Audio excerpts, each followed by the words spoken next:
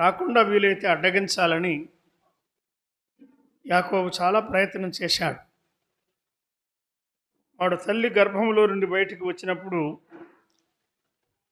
మడిమె పట్టుకున్నవాడుగా కనబడుతున్నాడు. యాకోబు అంటే మోసగాడు అంటారు చాలామంది, కానీ బైబిల్లో మడిమె పట్టుకున్నవాడు గనుక యాకోబు అని వ్రాయబడి. ఒక వ్యక్తి మడిమె పట్టుకొనుట అది ఎంత సహాయకరమైనదో ఎరిగినవాడు యాకోబు.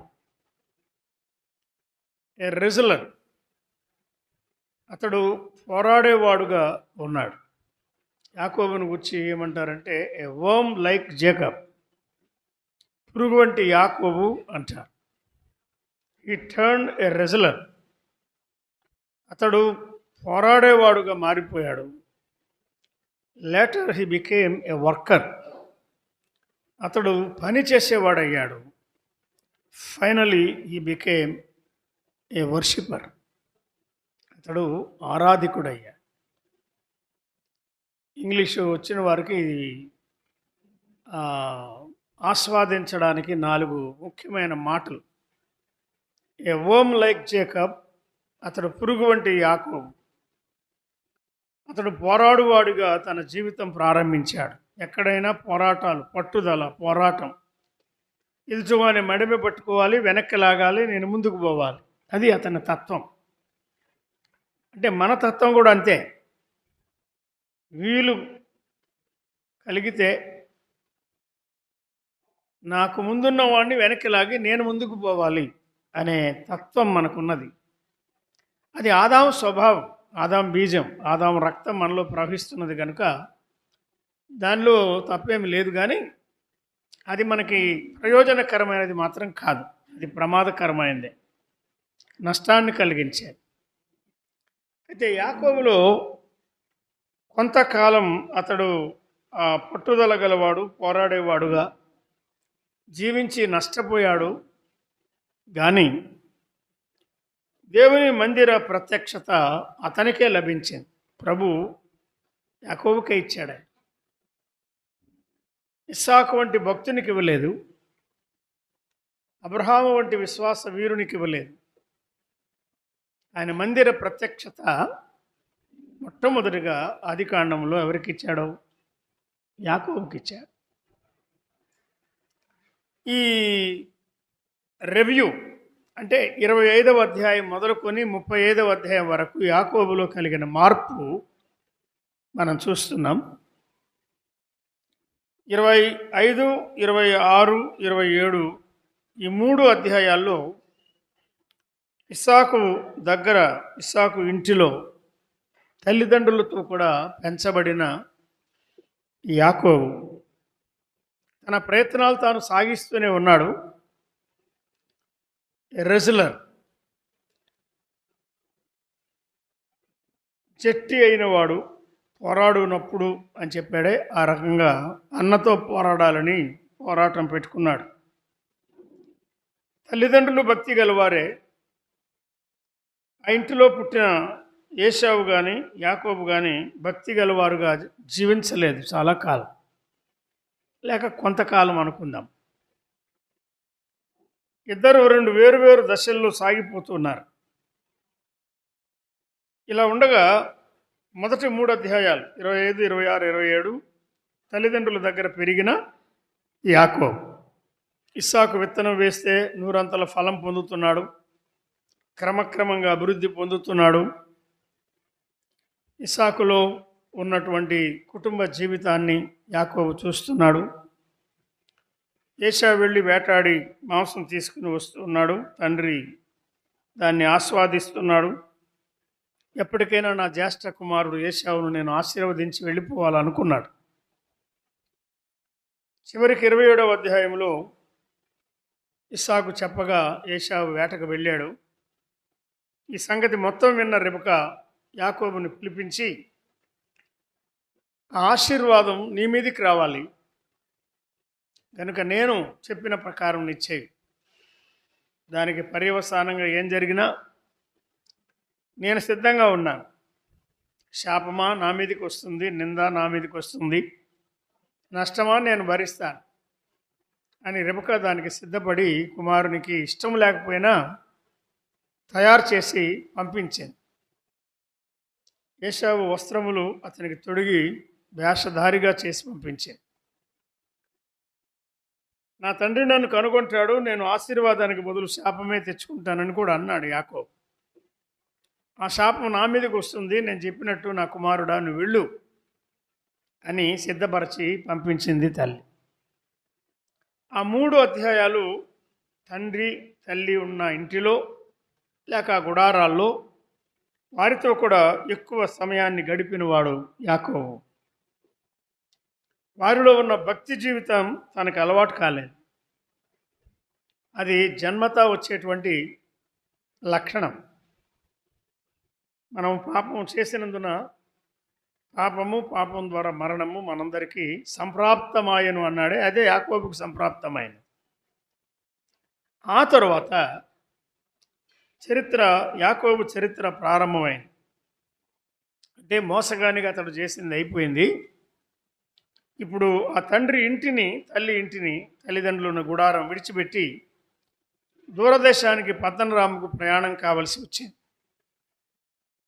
28, 29, 30 నెక్స్ట్ 3 చాప్టర్స్ కాన్సిక్యూటివ్ చాప్టర్స్ అంటారు, వరుస అధ్యాయాల్లో అతడు పారిపోతున్న యాకోబుగా ఉన్నాడు.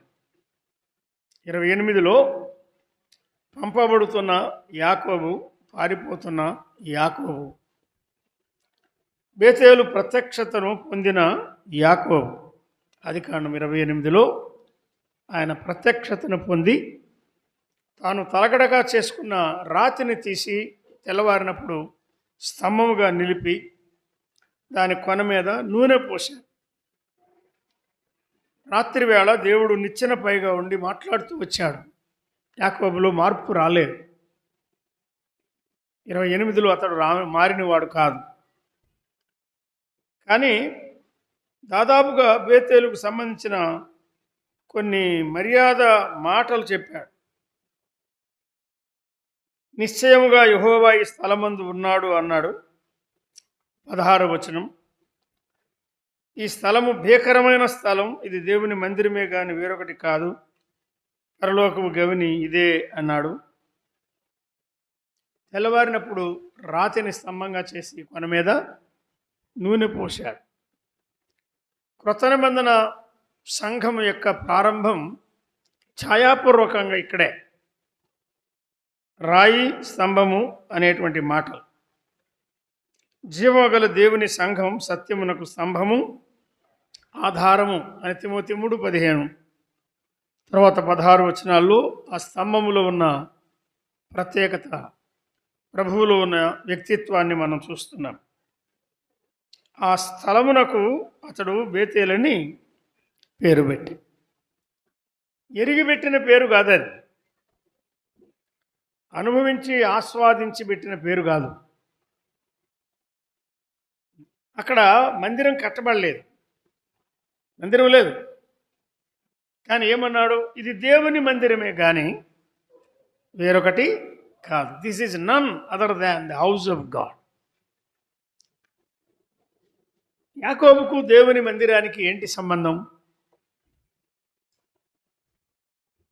ఏమి సంబంధం లేదు, వట్టి మాటలు తప్ప ఏమి సంబంధం లేదు. ఇతడు మారినవాడా? కాదు. పశ్చాత్తాపడినవాడా? పాపాన్ని ఒప్పుకున్నవాడా? ప్రభుత్వం వలన అంగీకరించబడినవాడా? ఏమి కాదు. స్తంభంగా చేశాడు, కొన మీద నూనె పోశాడు, ఇది బేతేల్ అని పేరు పెట్టాడు. ఒక మొక్కుబడి కూడా చేసి వెళ్ళిపోయాడు ఆయన. ఏది ఆ మొక్కుబడి అంటే, నేను వెళ్ళుచున్న ఈ మార్గంలో ప్రభువు నన్ను కాపాడితే, నాకు తోడై ఉంటే, నన్ను మరలా ఇక్కడికి తీసుకుని వస్తే, నేను తినడానికి కావలసిన ఆహారం, ధరించడానికి కావలసిన వస్త్రాలు ఇవన్నీ ఇస్తే, అప్పుడు దేవుడు నాకు దేవుడు, ఈ దేవుడు నాకు దేవుడై ఉంటాడు. మరియు ఈ రాయి దేవుని మందిరమగును. ఆయన నాకు ఇచ్చే యావత్తులో 10వ వంతు నిశ్చయముగా నేను ఆయనకు చెల్లిస్తా అని మొక్కుబడి చేసి వెళ్ళిపోయాడు. అది ఆదికాండం 28. పారిపోతున్న యాకోబు తల్లిదండ్రుల ద్వారా హెచ్చరిక పొంది పంపబడుతున్న యాకోబు అనుకోని రీతిగా రాత్రి వేళ దేవుని ప్రత్యక్షతను పొందిన యాకోబు. బెతేలు దేవుడు ఉన్నాడు, ఆయన మాట్లాడుతున్నాడు. యాకోబును బట్టి కాదు, అబ్రహామును బట్టి ఆయన మాట్లాడుతున్నాడు. అబ్రహాముతో చేసిన నిబంధన సంబంధాన్ని బట్టి మాట్లాడుతున్నాడు. యాకోబును బట్టి కాదు, ఇస్సాకును బట్టి మాట్లాడుతున్నాడు. ఇస్సాకు యొక్క భక్తి జీవితాన్ని బట్టి నీ సంతానం కూడా నేను కోరుకున్నాను, నేను ఉపయోగిస్తానని చెప్పిన మాటను బట్టి ఆ వాగ్దానానికి వారసునిగా చేయాలని ప్రభువు ఇష్టపడ్డాడు. ఇక 29వ అధ్యాయం అంతా చూస్తే యాకోబు యావత్ శక్తితో పద్దనరాములో చేసిన కొలువు చెప్పాడు. 31:6లో ఆ మాట ఉన్నది. యావత్ శక్తితో నేను నా తండ్రికి అంటే మీ తండ్రికి నేను కొలువు చేశానని కుమార్తెలతో చెప్తున్నాడు ఆయన. ఆదికాండములో 25 నుండి 35 వరకు ఉన్నటువంటి మార్పును progressive transformation in the life of Jacob, దేవుని మందిరాన్ని హత్తుకునేవాడుగా, మందిరముతో సంబంధం గలవాడుగా, మందిరం యొక్క అక్కర ఎరిగినవాడుగా, మందిరం యొక్క విలువను ఎరిగినవాడుగా, మందిరానికి ఎలా రావాలో నేర్చుకున్నవాడుగా యాకోబును మన ఎదుట చిత్రించాడు దేవుని పరిశుద్ధాత్మ. చాలాసార్లు నేను కానీ మీరు కానీ క్యాజువల్గా తీసుకుంటాం. మనం అంటే ఏంటి, ఈరోజు మంగళవారం బైబిల్ స్టడీ, ఈరోజు శనివారం ప్రార్థన కూడిక, ఈరోజు బుధవారం గ్రామ పరిచర్య, లేకపోతే ఈరోజు శనివారం ఉదయం పట్టణంలో సువార్త, ఈరోజు ఆదివారం ఆరాధన కూడిక, రొట్టె విరిచే కూడిక. గనుక ఎలా ఉంటే అలా, ఎలా ఉన్నామో అలాగే ఏ సిద్ధపాటు లేకుండా, ఏ మార్పు లేకుండా ఉన్నపాటున వెళ్ళిపోదాం, మీటింగ్ జరిగించుకుని వస్తాం అనే భావం మనలో ఎక్కువ మందికి ఉన్నది. అందరూ అని నేను చెప్పను, ఎక్కువ మందిలో దేవుని మందిరానికి ఎలా రావాలి అనేటువంటి తీవ్రమైన ఆలోచన లేదు. ఈ రోజుల్లో నా ప్రార్థన అదే. మన కాలంలో ఆరాధించే మనం, ప్రార్థించే మనం, సేవించే మనం ప్రభువు పట్ల నిజమైన భయభక్తులు అలవర్చుకొని ప్రభు కోరిన ఆరాధన చేయడం, ప్రభు ఇష్టపడే సేవ చేయడం, ఆయన అంగీకరించగలిగిన బలులు మనం అర్పించడం, ఆయన సన్నిధిలో మనము సమర్పణ భావం కలిగి జీవించడం. కొన్ని సంఘాల్లో కొంతమంది భక్తి ఎలా ఉందంటే, వారికి తెలుసు, ప్రభుకి ఇంకా బాగా తెలుసు, ఆదివారం భక్తి మాత్రమే ఉన్నది. అది కూడా ఒంటిపూట భక్తి. ఆదివారం కూడా 2 పూటలు రారు. ఆదివారం కదా, వారం అంతా సేవ చేయలేదు, ఆదివారమైనా ఎక్కడికైనా వెళ్ళి సువార్త చాటించి వద్దాం, నశించే ఆత్మలకు సువార్త చెప్దాం, నథింగ్.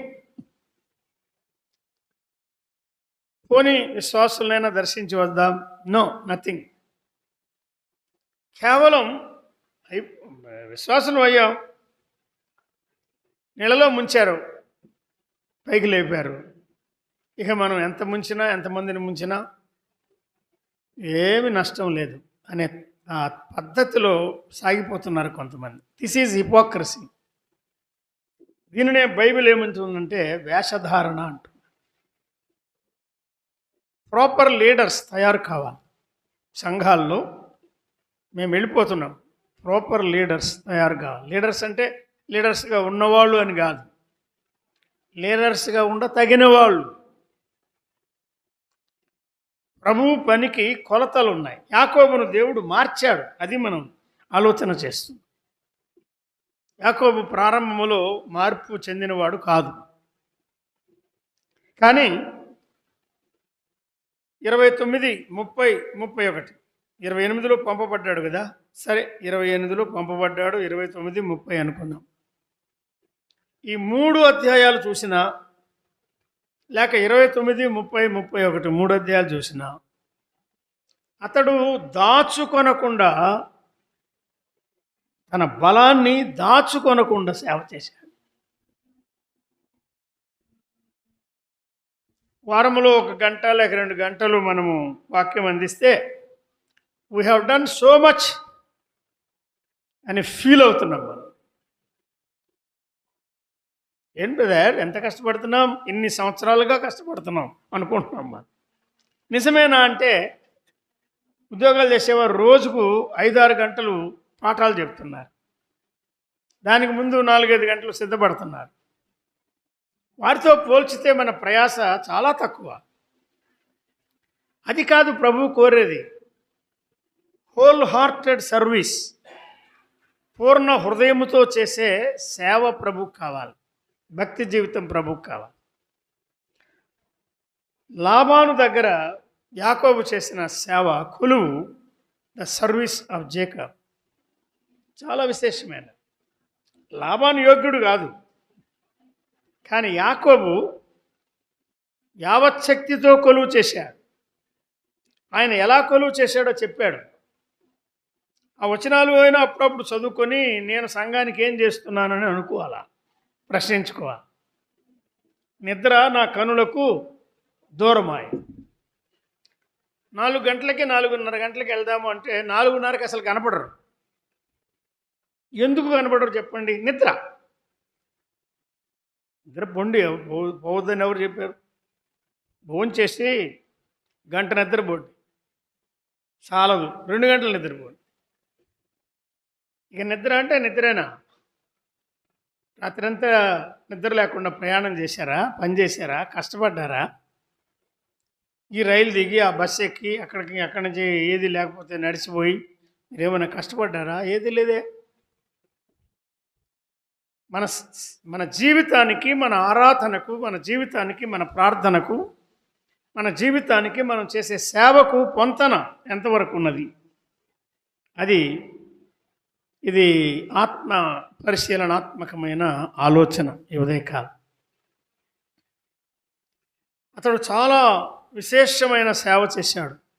లాబానుకు అర్థమైంది, లాబానుకు స్పష్టమైన సాక్ష్యం ఉన్నది. నీవు రాకముందు నాకున్నది కొంచెమే, నీవు వచ్చిన తర్వాత నా మంద బాగా వృద్ధయింది. నీవు పాదము పెట్టిన చోటల్లా ప్రభువు నన్ను నీ మూలంగా ఆశీర్వదించాడు. నేను వెళ్ళిపోతాను, నా కొరకు, నా ఇంటి వారి కొరకు నేను ఎప్పుడు సంపాదన చేసుకోవాలా అని కూడా యాకోబు అన్నా, అల్లుడా నా దగ్గర నీకేం తక్కువైంది, నీకేం కావాలో చెప్పు. 20 సంవత్సరాల లోపల, 20-21 సంవత్సరాల లోపల ఈ మోసగాడు లాబాను యాకోబుకు ఇస్తానని నిర్ణయించిన జీతాన్ని 10 మార్లు మార్చాడన్నాడు. 10 మార్లు మార్చాడంటే ఇంక్రిమెంట్స్ ఇచ్చాడని కాదు, బోనస్ ఇచ్చాడని కాదు, ఇంకేమైనా పెంచాడని కాదు. అరే వీడు పెద్దోడైపోతున్నాడే అని మళ్ళా తగ్గించను. అట్లా కాదు, ఇట్లా కాదు, అట్లా. కొన్నిసార్లు నల్లవంటాడు, కొన్నిసార్లు రంగురంగులు అంటాడు, ఒకసారి తెల్లవంటాడు. ఇట్లా మాటలు మార్చి జీతం మార్చుకుంటూనే వచ్చా. నువ్వు జీతం మార్చుతున్నావు కనుక నేను పోతా, నీ దగ్గర పని చేయనని లాబాను దగ్గర యాకోబు చెప్పలేదు. ఫెయిత్ఫుల్ సర్వీస్, నమ్మకమైన సేవ చేశాడు. హిజ్ లేబర్, హార్డ్ లేబర్, కష్టతరమైన సేవ చేసి ఆయన చూపించాడు. మన యజమాని ప్రభువుకు మనం ఎంతగా సేవ చేస్తున్నాం మనం ఆలోచిస్తే చాలా తక్కువ. We should repent and realise. మనము దుఃఖపడాలి, మనం పశ్చాత్తాపడాలి. మనం వాటిని ప్రభువా నేను చేయాల్సినంతగా చేయడం లేదు, నన్ను క్షమించు, నాలో కొంత సోమరితనం ఉన్నది, నాలో కొంత నిర్లక్ష్యం ఉన్నది, తగినంత ఉత్సాహం నాకు లేదు, కావలసిన ఆరోగ్యం దయచేయి, ఉత్సాహం దయచేయి, సిద్ధ మనసు దయచేయి, నా సమర్పణలో లోటు ఉన్నది, నన్ను క్షమించు, కడిగి శుద్ధి చేయి, నీ ఆత్మతో నన్ను దర్శించి నన్ను నూతన పరచు అని ప్రభు కృపకు మనం అప్పగించుకోవాలి. అసలు ఆ 3 అధ్యాయాలే చదువుకుంటే 29, 30, 31 ఆదికాండం ఎంత చక్కని సేవ చేశాడు. ఒకటి ఎండకు ఎండి తిని అన్నాడు, రాత్రి మంచుకు తడిసిపోయాను అన్నాడు, నిద్ర నా కనులకు దూరమైంది అన్నాడు, యావత్ శక్తితో నేను కొలువు చేశాను అన్నాడు. ఒకవేళ దుష్టమృగం వల్ల ఏదైనా నష్టం అయితే ఆ నష్టం నేనే పెట్టుకున్నాను. ఎంత చక్కని మాదిరి చూపించాడు చూడండి యాకోబు. కానీ యాకోబు ఎంత సేవ చేసినా అతడు మాత్రం ఇంకా మారలేదు.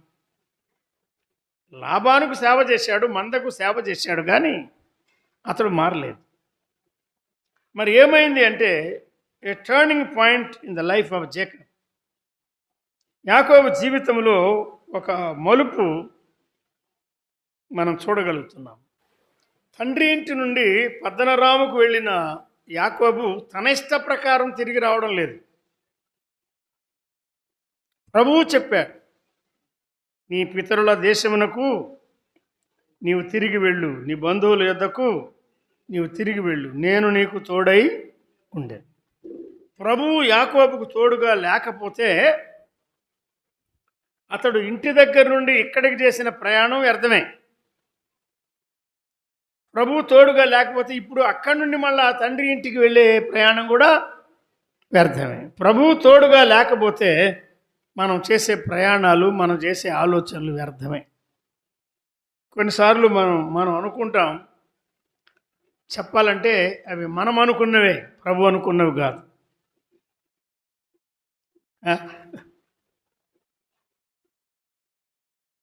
తిరిగి వెళ్ళు, నేను నీకు తోడై ఉంటాను అన్నాడు. కింద మళ్ళా ఏమని మాట్లాడుతున్నాడంటే 13వ వచనం చదవండి, అదే 31:13. నీవెక్కడ స్తంభము మీద నూనె పోసితివో, ఎక్కడ నాకు మొక్కుబడి చేసితివో ఆ బేతేలు దేవుడను నేనే. ఇప్పుడు నీవు లేచి ఈ దేశంలో నుండి బయలుదేరి నీవు పుట్టిన దేశమునకు తిరిగి వెళ్ళుమని నాతో చెప్పాను అని. 28లో బేతేలు, ఇది బేతేలు అని పేరు పెట్టాడు ఆయన. 31లో ప్రభు మాట్లాడుతున్నాడు, ఆ బేతేలు దేవుడను నేనే. I am the God of Bethel. నేను బేతేలు దేవుడు, అక్కడికి రా, నువ్వు అక్కడికి రా, బేతేలు దేవుడను నేనే అన్నాడు. మరి ఆయన తిరిగి వస్తున్నాడు. ఇలా గుర్తుపెట్టుకోండి, 31 అయిపోయిందిగా. ఇద్దరికి, లాబానుకు యాకోబుకు చక్కని సంబంధం ఏర్పడింది. ఆయన మామ, ఆయన అల్లుడు, మందను బాగా వృద్ధి చేశాడు. కానీ ఆయన ముఖము ఈయన పట్ల నిన్న మొన్నట్లు లేదు, మారిపోయింది. పొలంలో ఉండి లేయాను రాహేల్ను రమ్మని పిలిపించాడు, మాట్లాడాడు. మీ తండ్రి ముఖం నా పట్ల నిన్న మొన్న ఉన్నట్లు లేదు. మరి కుమారులు కూడా వీడొచ్చి మా సంపాద్యం అంతా కాజేస్తున్నాడు, తీసుకుపోతున్నాడని నా మీద అసూయగా ఉన్నారు. దేవుడు నాతో మాట్లాడుతున్నాడు, బేతేలు దేవుడు నేనే, నీవెక్కడ స్తంభం మీద నూనె పోసావో, ఎక్కడ మొక్కుబడి చేసావో అక్కడికి నీవు తిరిగిరా, నేను నీకు తోడై ఉంటానన్నాడు. ఆ రోజు వచ్చినప్పుడు ఆయనే తోడై ఉన్నాడు, ఈరోజు మళ్ళీ వెళ్ళమని ఆయనే చెప్తున్నాడు, మీరేమంటారు అన్నాడు. చూసారా, కొన్ని కుటుంబాల్లో గృహ యజమాని భర్త చేసే ఆలోచన తప్ప, భర్త చేసే నిర్ణయాలు తప్ప ఇలా చేస్తే ఎలా ఉంటుంది, ఏం చేద్దాం, మీరేమంటారు అని అడిగే అవకాశాలు ఉండవు. అవి చాలా మంచి కుటుంబాలు కదా, మాట నెగ్గించుకునే కుటుంబాలు, అవునా? కుటుంబంగా ప్రభువు చేసినప్పుడు ఆ ఇంటిలో ఒక్కరే కాదు, ఇంటిలో భర్త, భార్య, పిల్లలు ఉంటారు. ఎవరి స్థానం వారిదే, ఎవరి బాధ్యత వారిదే. కానీ ఒకరితో ఒకరు సంప్రదింపులు జరపడం, సమాధానం కలిగి ఉండడం, అది చాలా ప్రాముఖ్యమైన విషయం. కొన్నిసార్లు అభిప్రాయం తెలుసుకోవడానికైనా మనం అడగవలసిన బాధ్యత ఉన్నది కదా. That's a family. ఇదేమి నిరంకుశ ప్రభుత్వం కాదు. వారు వాస్తవానికి ఏం చెప్పాలంటే,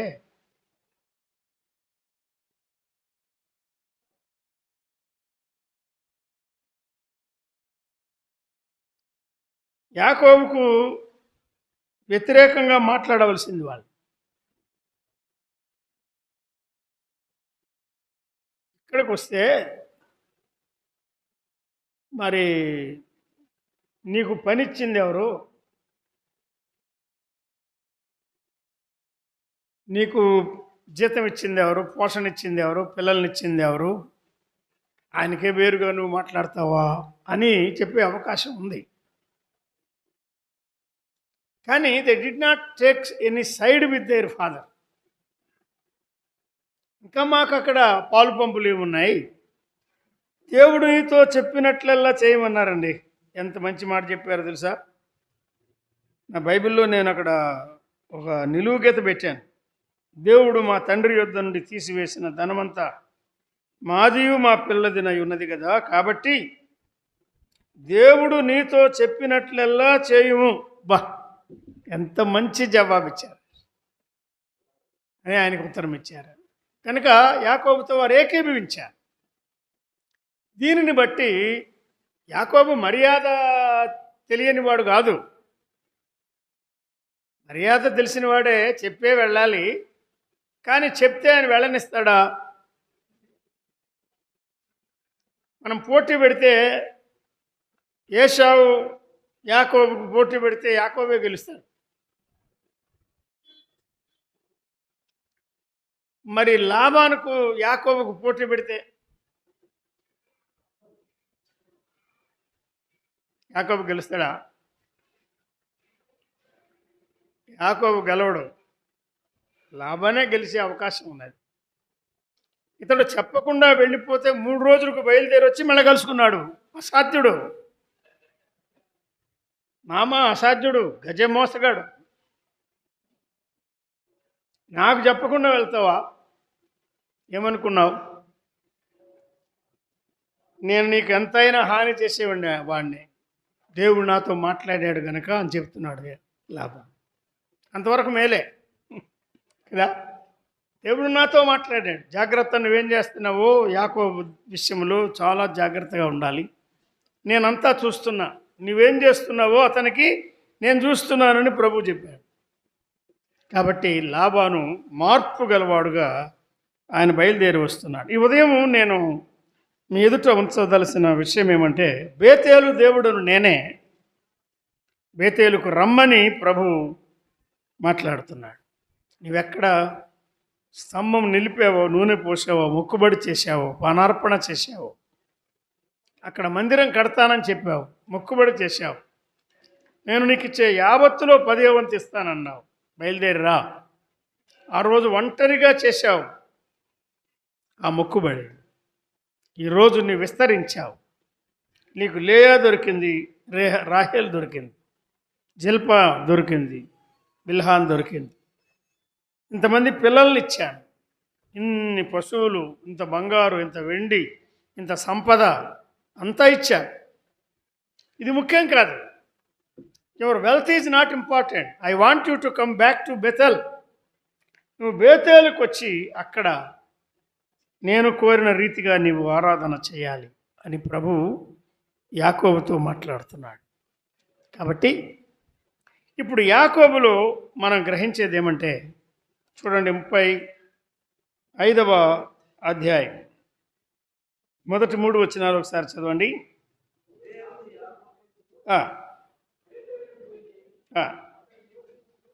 బేతేలుకు వెళ్ళి అక్కడ నివసించి అన్నాడు.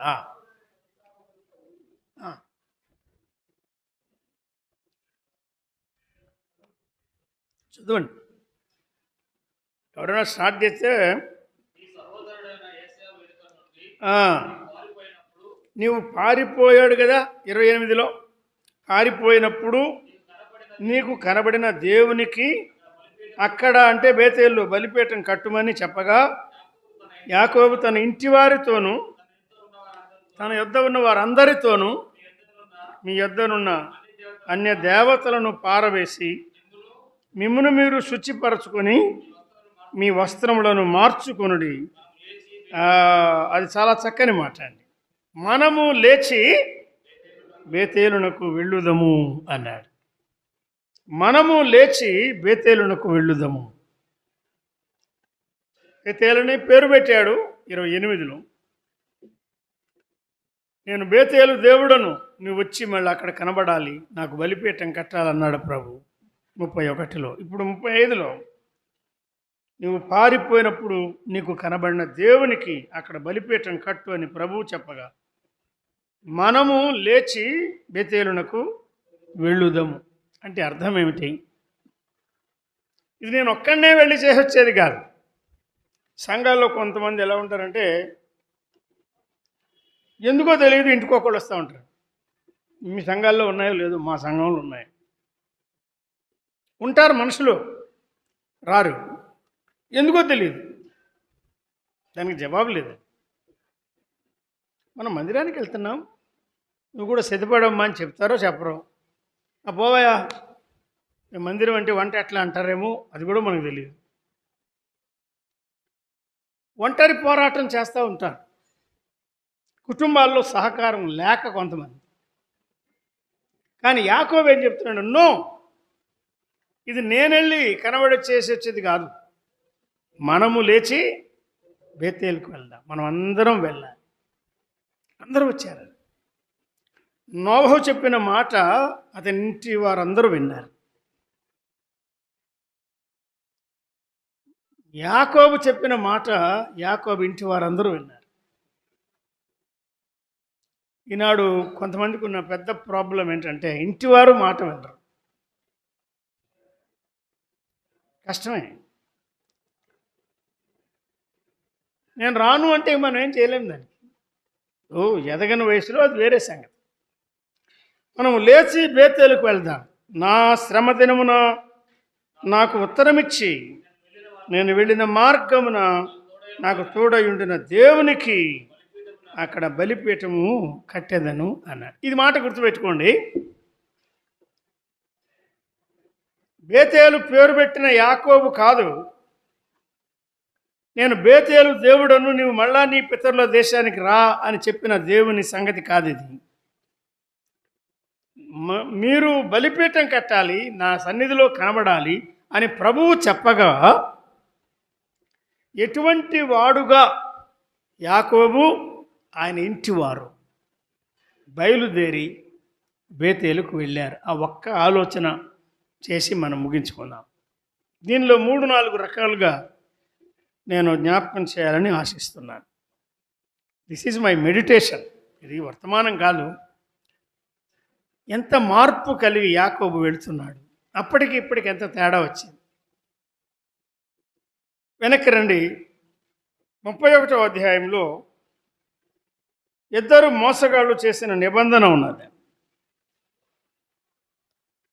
నా బైబిల్లో నేను 31 పైన 44లో ఒక మాట రాసుకున్నాను. ఏమంటే మోసగాళ్ళ నిబంధన. ఇందులో మంచివాడు ఒకడు లేడు. మోసగాళ్ళు నిబంధన చేసుకుంటున్నారు. ఏమని? జరిగింది ఏదో జరిగింది, ఇక మీద మనం అన్నీ ఎత్తుకోవద్దు, నీది రైటా నాది రైటా ఇదంతా వద్దు, ఇద్దరం ఎలా ఉందాం, నిబంధన చేసుకుందాం, సమాధానంగా ఉందాం. నేను మామను కాకపోతానా, నువ్వు అల్లుడు కాకపోతావా అన్నట్టుగా ఉంది. కనుక మనకెందుకు వైరాలు, ఎంతకాలం ఉంటాయి ఇవి? సమాధానం కలిగి ఉందాం. బేతేలుకు వస్తున్నటువంటి యాకోబు తన మామతో సమాధానం కలిగి వస్తున్నాడు. అది ముఖ్యమైన విషయం. అసమాధానంతో ఆరాధన కాదు. కొన్ని స్థలాల్లో స్పష్టమైన అసమాధానం ఉన్నది కానీ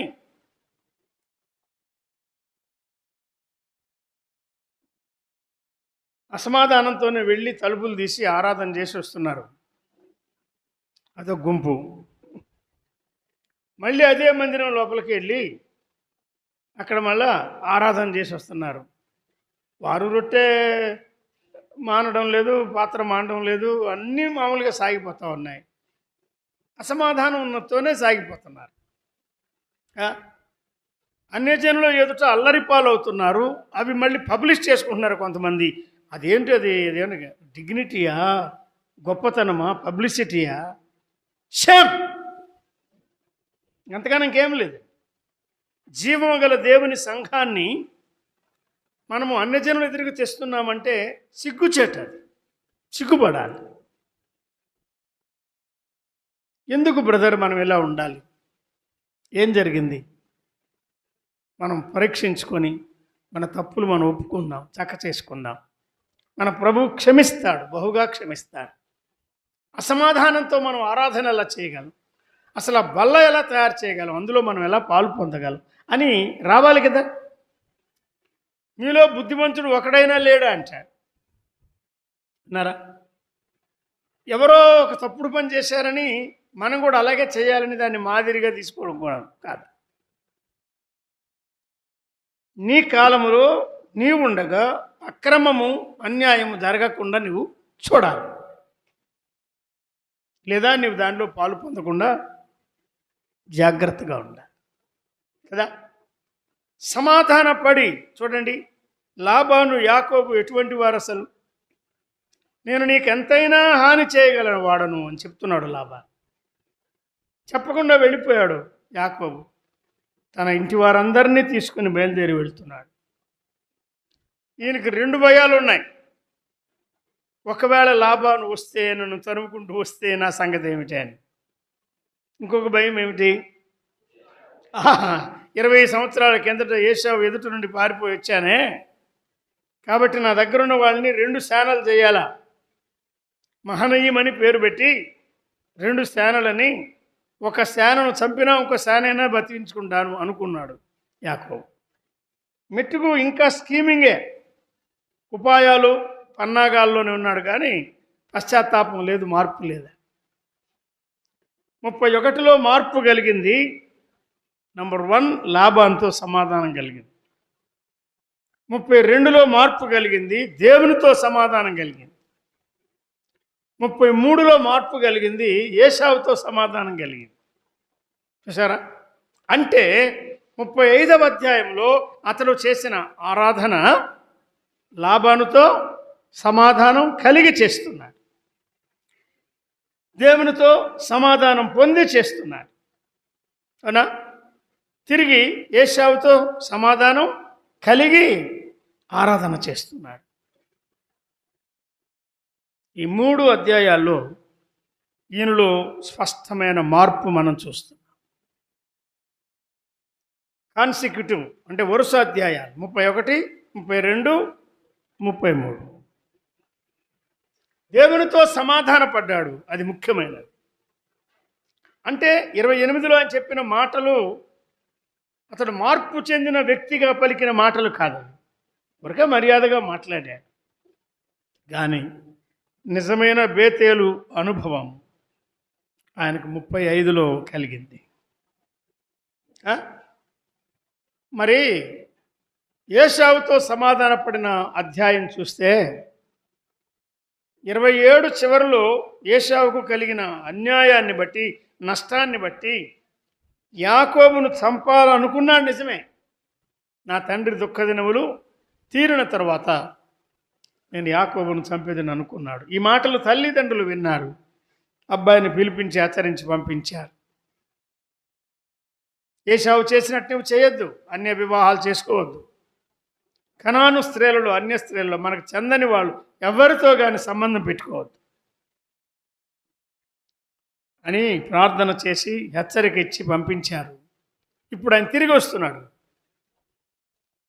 తిరిగి వస్తున్న సమయంలో ఏశావులో ఏ రకమైన పోరాట పటిమ, విరోధ భావం కనబడడం లేదు.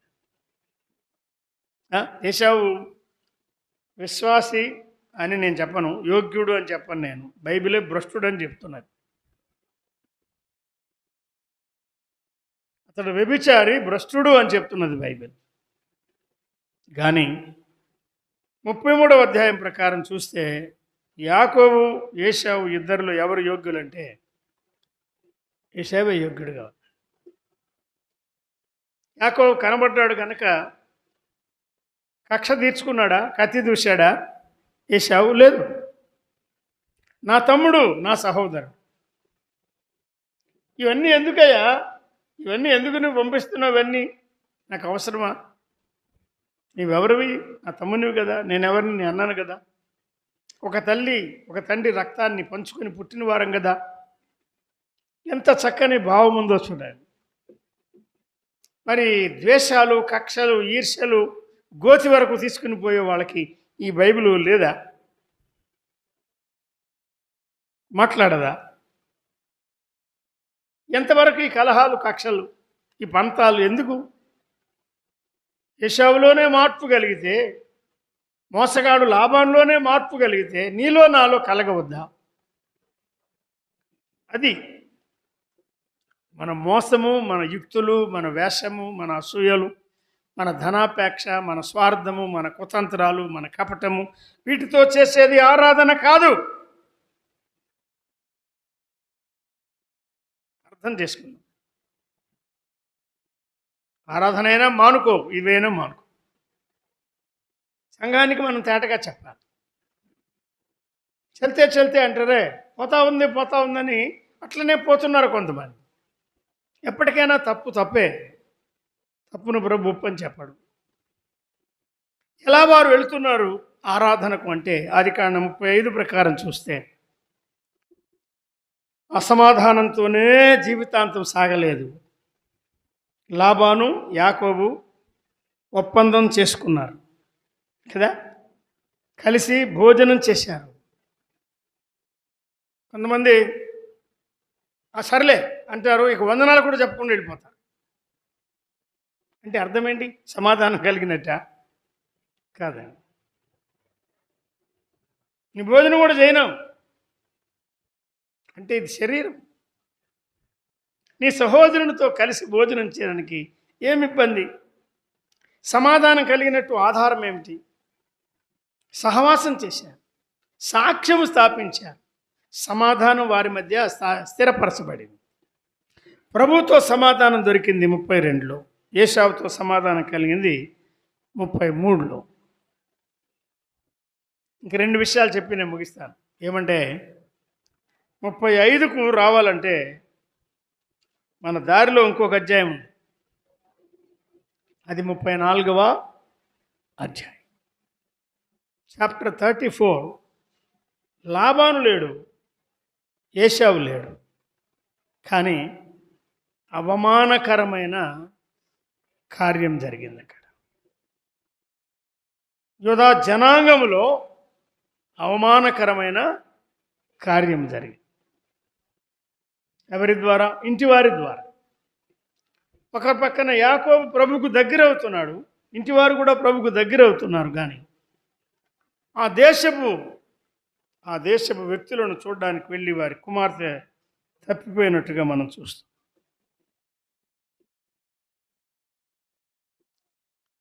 కుటుంబాలపైన దాడి జరుగుతున్నది, సాతాను దాడి అనేక రకాలుగా ఉంటుంది. యాకోబు చాలా బాధపడ్డాడు. ఈ ప్రజల మధ్య నన్ను అసహ్యునిగా చేశారు అన్నాడు 34-30లో. మీరు నన్ను బాధ పెట్టారు అని చెప్పారు. షిమ్యోను, లేవి అనేవారు కత్తులు తీసుకుని ఎవరికీ చెప్పకుండా వెళ్ళి ఆ ఊరి వారి మీద పడి వారిని చంపివేశారు. కదా, ఆ తర్వాతనే వస్తున్నది 35వ అధ్యాయం. కానీ 35వ అధ్యాయం మనం అందరము లేచి బేతేలుకు వెళ్ళాలి, ఆరాధన చేయాలి. గనుక నా శ్రమదినమును నాకు తోడై ఉన్న దేవుడు, నాకు ఉత్తరం ఇచ్చిన దేవుడు ఆయనకు బలిపీఠం కట్టమని చెప్పాడు. ఇది మనం అందరం ఏకీభవించి చేయవలసిన కార్యం. పరీక్షించుకోండి, మీ యొద్ద ఉన్న అన్ని దేవతలను పారవేయండి, మిమ్మల్ని మీరు శుచిపరచుకోండి, మీ వస్త్రాలు మార్చుకోండి అన్నాడు యాకోబు. ఆ? ఒక్కరు కూడా వ్యతిరేకించలేదండి. నాకు చాలా సంతోషకరమైన విషయం ఏంటంటే entire family cooperated with the head of the family. ఆ కుటుంబ యజమానితో వారు సహకరించారు. అయ్యా, జరిగిందేదో జరిగింది, నువ్వు చెప్పినట్టే మేము చేస్తాం. మొట్టమొదట రాహేలు తాను దాచిపెట్టిన అన్ని దేవతలను, గృహదేవతలను తీసుకుని వచ్చి అప్పగించింది. గృహదేవతలతో వారు ఆరాధన చేయడం లేదు, అన్య దేవతలతో కాదు, దాచిపెట్టిన వాడితో కాదు. అవమానకరమైన జీవితం విషయమై వారు పశ్చాత్తాపడి తమను తాము కడుగుకొని శుచిపరచుకొని వస్త్రములు మార్చుకొని, అయ్యా మాలో కోపం ఉన్నది, మాలో రోషం ఉన్నది, మాలో బలాత్కారం ఉన్నది. సిమియోను, లేవి ఎంత దుఃఖపడ్డారు. ఆరాధనకు వెళ్ళబోతున్నారు, అన్నీ ఒప్పుకొని విడిచిపెట్టి ఆ మస్తకి వృక్షము క్రింద వాటిని పాతిపెట్టి వారు మనస్సాక్షి శుద్ధి చేయబడిన వారుగా ఆరాధనకు వెళ్తున్నారు. ఎంత దీవెనకరమైన అనుభవం. బేతేలును ఊరక చెప్పిన మాట వేరు, కానీ 35వ అధ్యాయంలో అన్ని విధాలుగా సమాధానము కలిగిన వారుగా తమ జీవితాల్లో దాచిపెట్టిన వాటిని పాతిపెట్టి అప్పగించి పాతిపెట్టి వాటన్నిటిని యాకోబుకు అప్పగించి వారి వస్త్రములు మార్చుకొని దీన మనస్సు, విరిగి నలిగిన మనస్సు ఆ వస్త్రము ధరించుకొని ప్రభువు సన్నిధిలో కనబడవలసిన రీతిగా వారు కనబడడానికి వెళ్ళారు. గనుక వారు వెళ్ళిన పట్టణములన్నిటి మీద దేవుని భయం ఉన్నది అని రాశాడు. 7వ వచనంలో దేవుడు వారికి ప్రత్యక్షమయ్యాడు అని చెప్పాడు. అన్నారా? దేవుని ప్రత్యక్షత లభించిన స్థలం. బలిపీఠం కట్టారు, సమాధానముతో కూడిన బలిపీఠం. పాతిపెట్టవలసిన వాటిని పాతిపెట్టి పవిత్రపరచుకునవలసిన విషయాల్లో పవిత్రపరచుకొని వారు చెల్లించిన ఆరాధన. ప్రభు ప్రత్యక్షత 9వ వచనంలో వారికి లభించింది. ప్రభు ఆశీర్వాదం దొరికిన స్థలం అది. అంతేకాదు, ఆయన యాకోబు పేరు ఇశ్రాయేలుని స్థిరపరిచాడు. ఇక్కడ 32లో అన్నాడు, ఇక మీద నీ పేరు యాకోబు కాదని. కానీ ఇప్పుడు ఇంకా స్థిరమైన రీతిగా నీ పేరు యాకోబు అనబడదు, ఇక మీదట నీ పేరు ఇశ్రాయేలే అని చెప్పి జయజీవితం గల వ్యక్తిగా ప్రభు ఆయన్ని మార్చాడు. మన జీవితాల్లో అస్థిరత అనేది పోయి స్థిరత రావాలి. దేవుని ప్రత్యక్షత లభించే స్థలం, సర్వశక్తి గల దేవుని ప్రత్యక్షత వారు పొందారు. అక్కడ నీవు ఫలిస్తావు, నువ్వు అభివృద్ధి పొందుతావు అని ప్రభువు చెప్పాడు. ఈ దేశం నీకు, నీ తరువాత నీ సంతానానికి ఇస్తాను. వాగ్దానం పొందిన స్థలం. 13 దేవుడు మాట్లాడిన స్థలం. 14 అతడు మళ్ళా రాతి స్తంభాన్ని కట్టించి అనార్పణ చేసి దాని మీద నూనె పోశాడు. అక్కడి నుండి వారు ప్రయాణం చేస్తున్నారు. దేవుడు తనతో మాట్లాడిన చోటు, ఆయన కనబడిన చోటు, ఆయన మాట్లాడిన చోటు, ఆయన ఆశీర్వదించిన స్థలం, ఫలించే అభివృద్ధి పొందేటువంటి స్థలం, అతని పేరు ఇశ్రాయేలుగా స్థిరపడిన స్థలం, స్తంభం మీద నూనె పోసి పానార్పణ చేశారు, అభిషేకింపబడిన స్థలం. ఈనాడు ప్రభువైన యేసుక్రీస్తు ద్వారా ఆయన మనల్ని అభిషేకించాడు. మనుషుల ద్వారా కలిగిన అభిషేకం కాదు. పానార్పణ అనేది సమర్పణ కలిగిన అనుభవాన్ని చూపించారు. 30 ద్రాక్షారసాన్ని ఆ నిత్యమైన దహన బలి చివరి భాగంలో పోయగా అది పోయబడిన క్షణం, అది దహించబడిన క్షణం తెలియకుండా కనబడకుండా పోతుంది. అలాగన మన జీవితాలు ఇంతలో కనబడి అంతలో మాయమైపోతుంది. ప్రభు ఎప్పుడు పిలుస్తాడో మనకు తెలియదు. ఎందుకు ఈ మోసకరమైన జీవితాలు? ఎందుకు ఈ అసమాధానకరమైన జీవితాలు? ఎందుకు మార్పు లేని జీవితాలు? ఒక ప్రక్కన ఆరాధన, మరొక ప్రక్కన లోకరీతిగా దేవతలు, విగ్రహాలు, బొమ్మలు, పూజలు, ఉన్నత స్థలాలు, ఇటువంటివి ప్రభువుకి ఇష్టము కానివేవే కానీ వాటన్నిటిని మనం విడిచిపెట్టి వాటి నుండి దూరమైపోయి హృదయంలో నిశ్చయత కలిగి మనస్సాక్షి నిర్మలంగా కాపాడుకొని ప్రభువు సన్నిధికి వచ్చి మనం చేయవలసిన ఆరాధన, దాని గురించిన తలంపులు ఉదయకాలం ప్రభువు మన ఎదుగు తెచ్చాడు. ప్రార్థన చేద్దాం.